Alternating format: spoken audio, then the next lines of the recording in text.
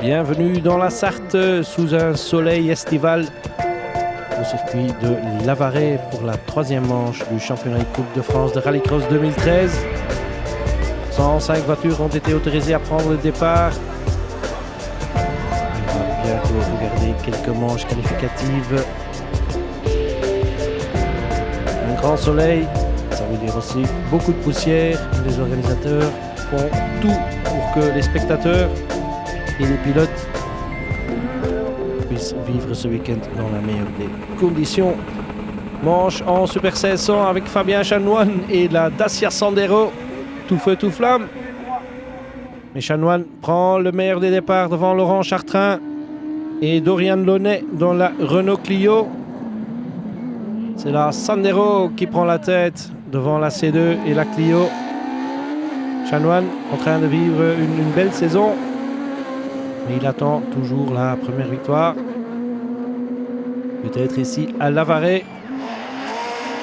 Un bon résultat dans cette manche peut la serrer d'une place sur la première ligne de la finale A. Ce qui augmenterait ses chances pour avoir un bon résultat final.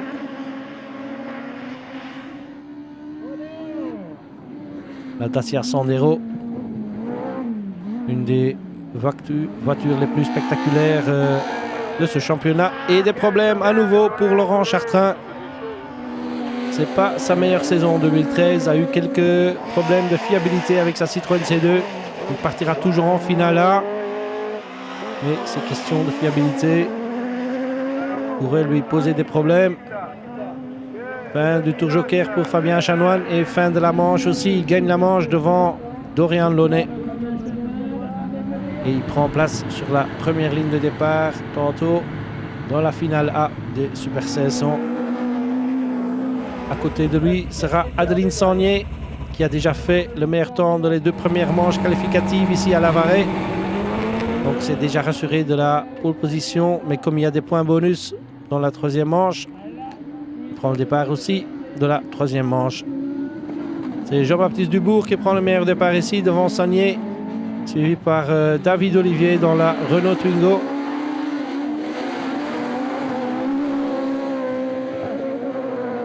Trois des meilleurs pilotes de la catégorie. Adeline Sagnier un peu large, mais c'est pour mieux aborder le tour joker. Est-ce qu'elle revient devant la Twingo ou pas? De justesse, oui. Adeline Sagnier toujours deuxième devant David Olivier, mais devant c'est Jean-Baptiste Dubourg qui gagne cette manche. Il sera deuxième sur la première ligne de départ de la finale A. On passe à la division des supercars avec Fabien Payet ici devant avec la Peugeot 208 qui prend un bon départ. Un mauvais départ pour Jean Juin par contre, mais c'est Christophe Wild avec la C4 qui a pris le meilleur départ devant Payet. Et Christophe Jouet dans la Peugeot 207. Payet dispose déjà de la nouvelle 208. Mais c'est la Citroën C4 qui est toujours aussi performant, qui était en tête parce que Christophe vient de prendre son tour joker et il passe à la deuxième place devant Christophe Jouet. Et Fabien Payet va encore prendre son tour joker, donc il est bien possible que Christophe terminera cette manche en tête. En quête d'un bon temps pour se qualifier le plus haut possible sur la grille de départ de la finale A. Ici Christophe Hult reprend la tête, il gagne la manche et il sera sur la première ligne de départ à côté de Jérôme Grosset-Jalin, le leader du championnat dans la division des supercars. Après les manches, on passe au final et on commence avec la finale B en division 3 avec Guy Moreton avec la Citroën DS3 en pole position, à côté de lui Laurent Jacquinet et David Fèvre avec la VB Polo. Bon départ de Moreton. Stéphane Dréan avec la Clio qui se faufile vers la deuxième place. Il contacte avec la Mégane de Delaunay. Delaunay deuxième. Dréan qui glisse vers l'extérieur et qui est poussé par Jacquinet. Et les deux voitures, il y a un contact et elles sont bloquées. Et grand dégât à l'arrière de la Clio pour Dréan. Fin de la finale pour Dréan. Yannick Couillet évite les deux voitures à l'arrêt et reprend la piste en 6e position. Et drapeau rouge. Drapeau rouge parce que les voitures se sont arrêtées dans un endroit dangereux. Mais c'est la fin pour Laurent Jacquinet et Stéphane Dréan. Il n'y aura que 6 voitures au deuxième départ de la finale B. 2 voitures sur la première ligne. À nouveau Moreton qui prend un bon départ. Est-ce que Patrick Guilherme avec la 307 peut se faufiler entre les deux? Oui, c'est Moreton devant et c'est à nouveau Franck Delaunay avec la Mégane verte qui prend la deuxième place. Devant Patrick Guilherme et David Fèvre avec la Polo, suivi par Joachim Martins avec la Fabia. Et Yannick Couillet dans la DS3, verte et blanche. Un petit problème là avec la traction de la DS3 de Couillet. Pas avec la DS3 de Guy Moreton.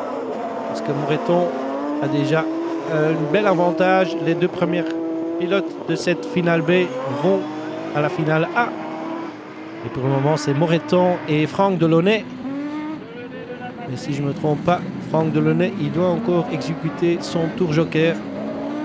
Donc il est bien probable qu'il perd sa deuxième place en faveur de Patrick Guilherme avec la Peugeot 307. Le pilote de la Peugeot le met déjà sous pression. Delaunay essaye de prendre un peu d'avantage, mais ce n'est pas assez en tout cas.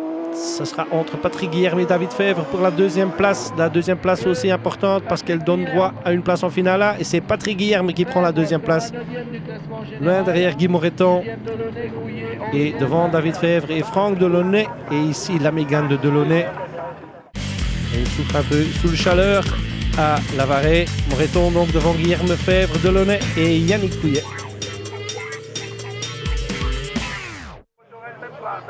Et il est temps qu'on passe à la première finale A, celle du Twingo R1 Rallycross Cup avec Cyril Raymond et la numéro 13 au milieu de la première ligne. Il y a aussi Enzo Liebner qui essaye de passer devant, tout comme Fabien Grosset-Janin. Et Andrea Dubourg qui est en tête là, Andrea Dubourg, oui, qui se tape à l'intérieur et à contact avec Liebner, Ayrton Boris et Fabien Grosset-Janin. Et il y a 3 voitures qui restent sur le carreau là. Ici, Liebner, il essaie de continuer, mais sa voiture endommagée. Et c'est Cyril Raymond qui est en tête. Et Andrea Dubourg, toujours deuxième, regarde la roue avant gauche. Elle est un peu endommagée. La suspension endommagée. Ce sera très difficile pour Dubourg pour continuer, mais pour le moment, il est toujours deuxième. Loin derrière Cyril Raymond. Il bloque un peu Julien Anodo dans la Twingo rouge et blanche. Derrière Anodo, c'est Jean-Michael Guérin. Et Anodo essaye de passer Dubourg. Mais en vain, c'est peut-être mieux de passer dans le tour joker pour Anodo. C'est ce qu'il fait. Et puis il y a Guérin et Aurélien Crochard qui sont maintenant derrière Andrea Dubourg.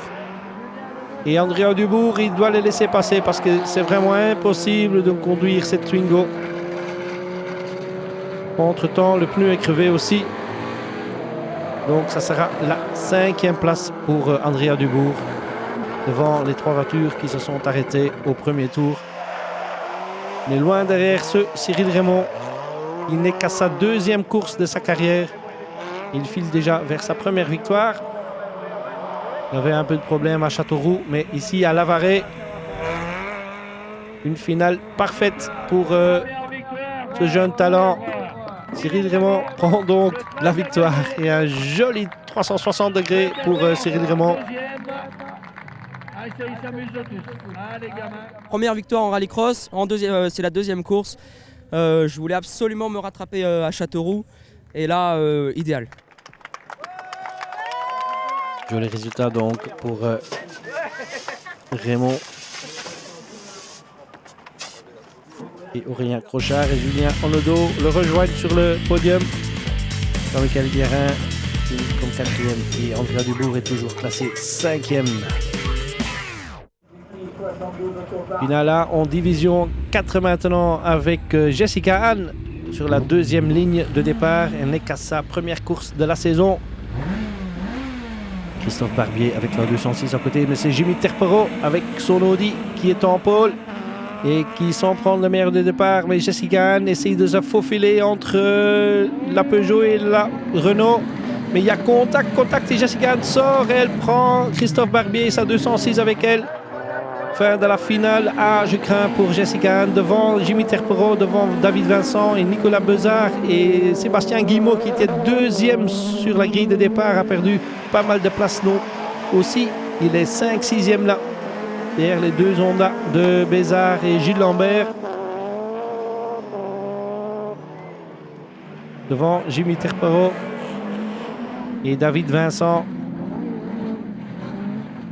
Jimmy Terpero, un homme de la Sarthe, il attend toujours sa première victoire. Il est bon dans le championnat, il était en tête du championnat, mais il veut cette victoire ici à Lavaret, son circuit. Et David Vincent, il reste juste derrière l'Audi A4. Et essaye de monter un peu la pression sur Jimmy Terpero. Ici le duel de 2 Honda, avec Gilles Lambert dans la 44 et Nicolas Bezard qui habite Lavaret avec la 4, mais Bezard a déjà fait son tour joker et Gilles Lambert il doit encore le faire, donc il est fort probable que Bezard gagne une place, ce qui voudrait dire qu'il finit sur le podium. Tour joker pour Terpero et pour David Vincent. Ça va donc rien changer, ils restent tous les deux devant les 2 Honda.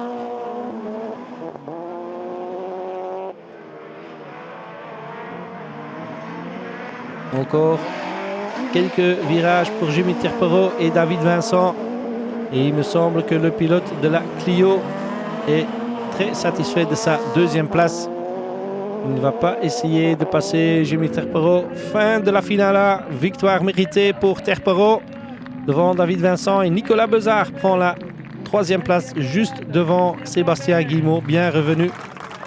Bon résultat donc pour Jimmy Terpero. La victoire attendue depuis 3 courses. Depuis 2 courses, on va dire, j'attendais Lavaret avec impatience. C'est fait, c'est bon, le championnat maintenant il va être plus cool. Et l'impression de David? L'impression de David, je savais pas ce qu'il allait faire, s'il allait m'aider ou vouloir gagner. J'ai vu qu'après il était de mon côté, donc c'est cool, il est très sympa. Champagne donc pour Jimmy Terpero. Aussi pour David Vincent et Nicolas Bezard. Rappel du résultat final avec Guillemot et Lelanne qui complètent le top 5. Fin de la première partie, on se revoit après la pause.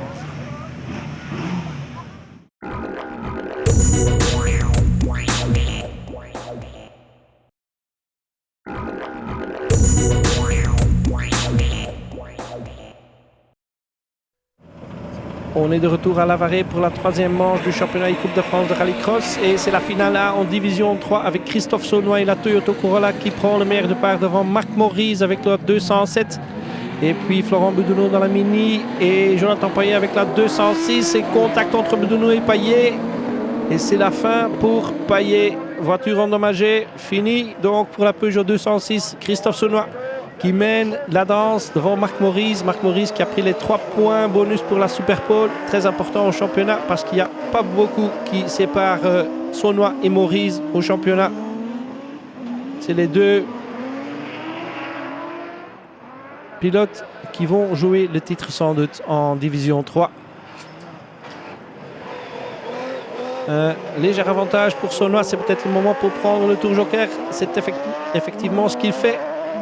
Mais est-ce qu'il peut rester devant la Mini de Boudouno de justesse?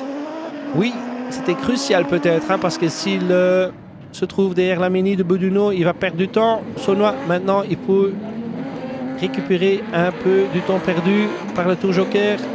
Et quand Marc Maurice prend son tour joker, Saunois récupérera la première place. Mais Marc Maurice attaque très fort avec la Peugeot 207.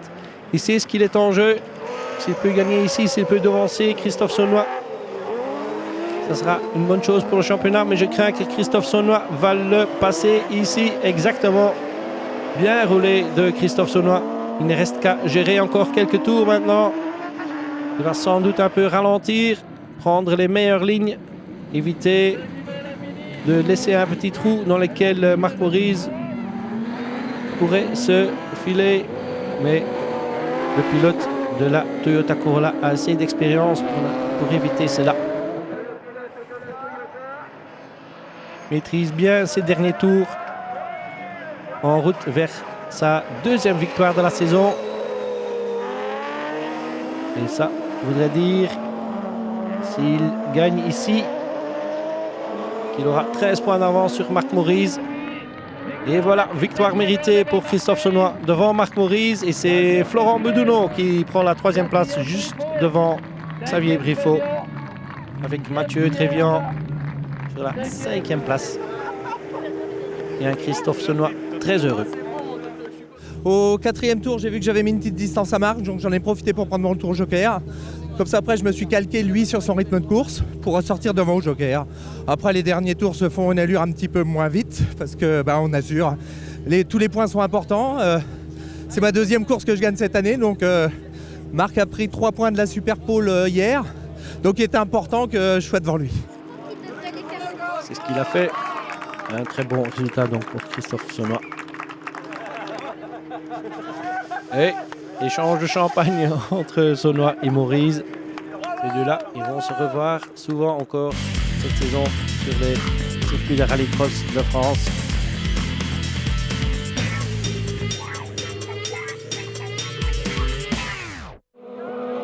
Et on passe à la finale A en Super 1600 avec Adeline Saunier en pole position. Elle attend toujours sa première victoire de la saison.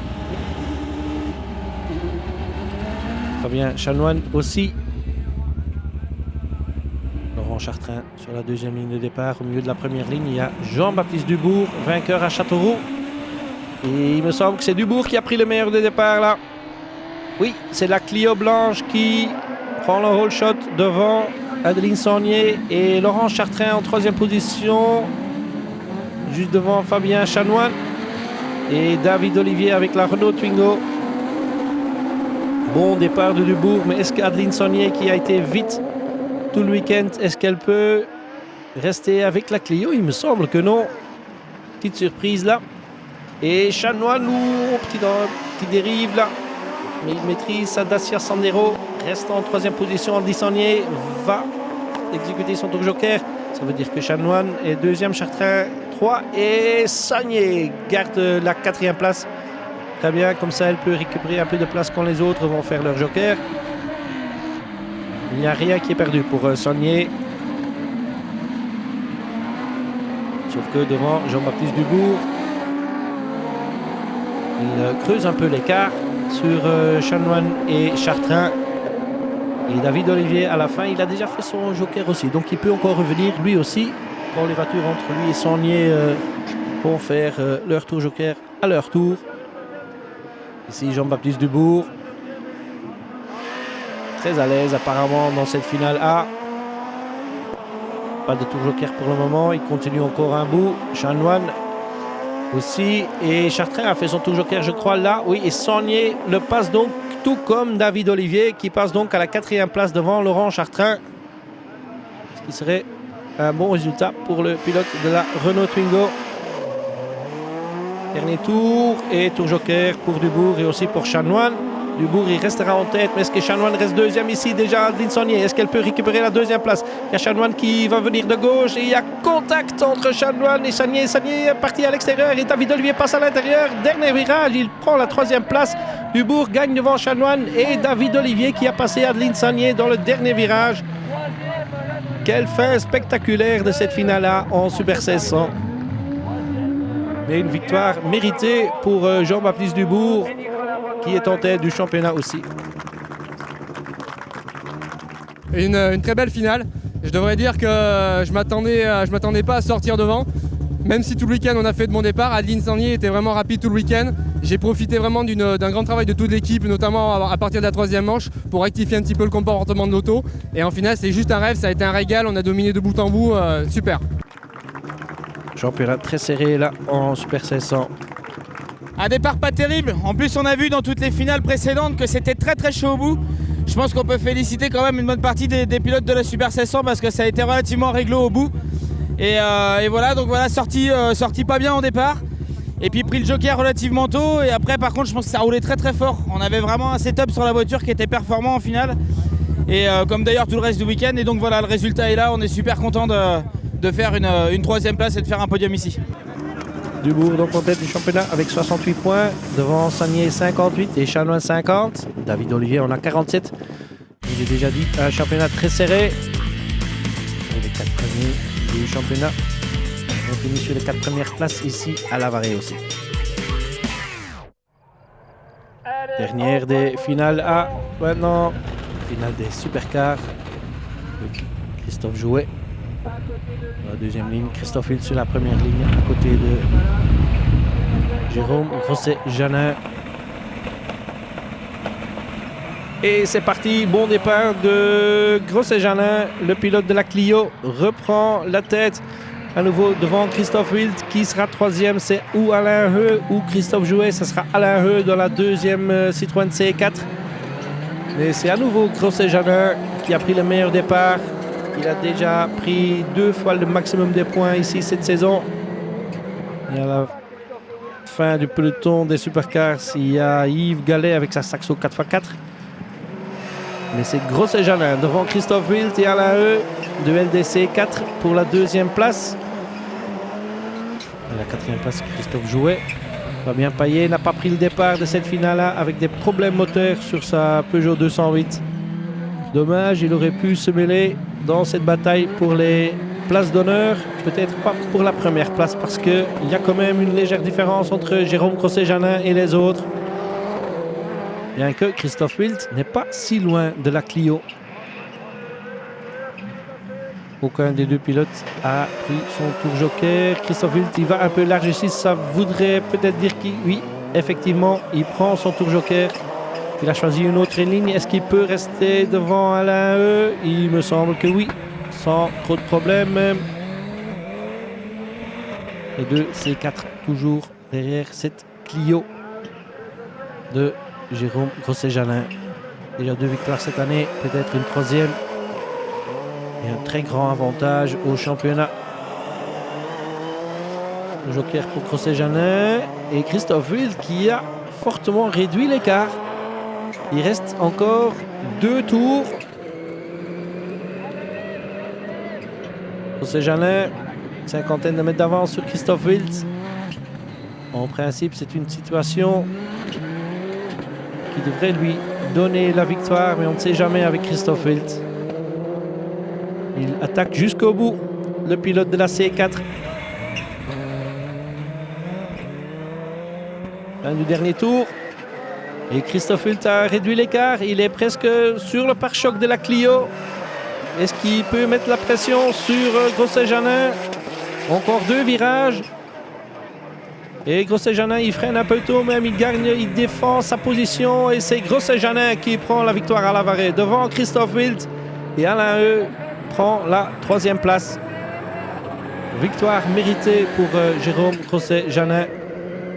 Mais une très belle course aussi de Christophe Wild et sa Citroën C4 VRC. Ouais, on est content. Bon, j'aurais préféré faire premier, mais bah, c'est comme ça, c'est tout. J'étais vite tout le week-end et bah, Jérôme était vite aussi, donc bah voilà quoi, c'est comme ça, 2e. 2e et Alain Heu 3e. Depuis la 3e manche, notre voiture chauffe énormément. On attrape des 110, 115 pardon, dans chauffe. Donc là, dès le 3e tour, ça a chauffé. Puis dans le dernier tour, j'ai eu 3-4 coupures moteur derrière. J'étais à l'arrêt complètement dans la montée. J'arrivais plus, ça coupait. Bon, bah, on a rejoint l'arrivée, c'est bien. Et Grosset-Janin a un avantage de 25 points au championnat. Encore un super week-end qui conclut des mois et des mois de travail avec toute une équipe. J'ai la chance d'être entouré d'une équipe extraordinaire qui m'apporte tout ce dont j'ai besoin pour me sentir bien dans la voiture et m'exprimer sans prendre de risques pour aller vite. Donc voilà, ça se conclut encore avec une victoire, donc on ne peut pas rêver mieux.